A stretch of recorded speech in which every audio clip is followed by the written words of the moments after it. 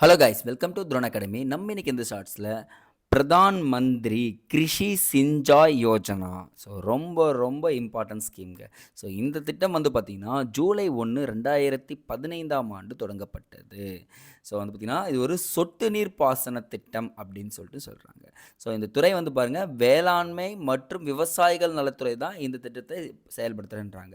So அப்போ பாருங்கள் இந்தியில் ஒரு வார்த்தை இருக்குது, கேகோ பாணி, ஒவ்வொரு வயலுக்கும் நீர் அப்படின்னா ஒரு சொட்டு அதிக பயிர் விளைச்சல். நீங்கள் சொட்டு சொட்டாக தண்ணி இறைச்சி அதிகமான விளைச்சலை காணுங்கள் அப்படின்னு சொல்லியிருக்காங்க. அப்போ இந்த திட்டத்தில் முக்கியமான கருத்துன்னா குறைந்த நீரில் அதிக விளைச்சல் கொடுக்கணும்.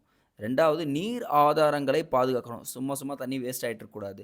விவசாயிகளின் வருமானத்தையும் என்ன பண்ணணும், அட் த சேம் டைமில் இன்க்ரீஸ் பண்ணணும் அப்படின்னு சொல்லிட்டு மத்திய அரசால் தொடங்கப்பட்ட ஒரு இம்பார்ட்டன்ட் ஸ்கீம்ங்க. ஸோ இந்த திட்டத்தில் இன்னொரு விஷயம் சொல்லியிருக்காங்க பாருங்கள், நீங்கள் சிறு மற்றும் குறு விவசாயிகளாக இருந்தால் சொட்டு நீர் பாசனம் அமைக்க கிட்டத்தட்ட 55% வரை உங்களுக்கு மானியம் கொடுக்குறேன்னு சொல்கிறாங்க. பரவாயில்லையே, நல்லாயிருக்கு. அதே மற்ற விவசாயிகளாக இருந்தால் 45% உங்களுக்கு மானியம் கிடைக்குது, 45%. அப்போ இந்த ரெண்டுத்துலையும் ஞாபகம் வச்சுக்கோங்க. குறு சிறுனா 55, 45னா மற்ற விவசாயிகள் கொடுக்குறாங்க. இப்போ 2025-26ஆம் ஆண்டு பட்ஜெட்டில் எவ்வளோ சொல்லியிருக்காங்கன்னா கிட்டத்தட்ட 8,259 கோடி ரூபாய் வந்து பார்த்திங்கன்னா இந்த சொட்டு நீர் பாசனத்துக்கு செலவு பண்ண போகிறோம்னு சொல்லியிருக்காங்க கைஸ். So that's enough. இந்த ஸ்கீமை தெளிவாக பார்த்து வச்சுக்கோங்க. தேர்வுக்கு வந்தால் கண்டிப்பாக உங்களுக்கு பயன்படும். அடுத்த ஷார்ட்ஸில் சந்திப்போம். நன்றி.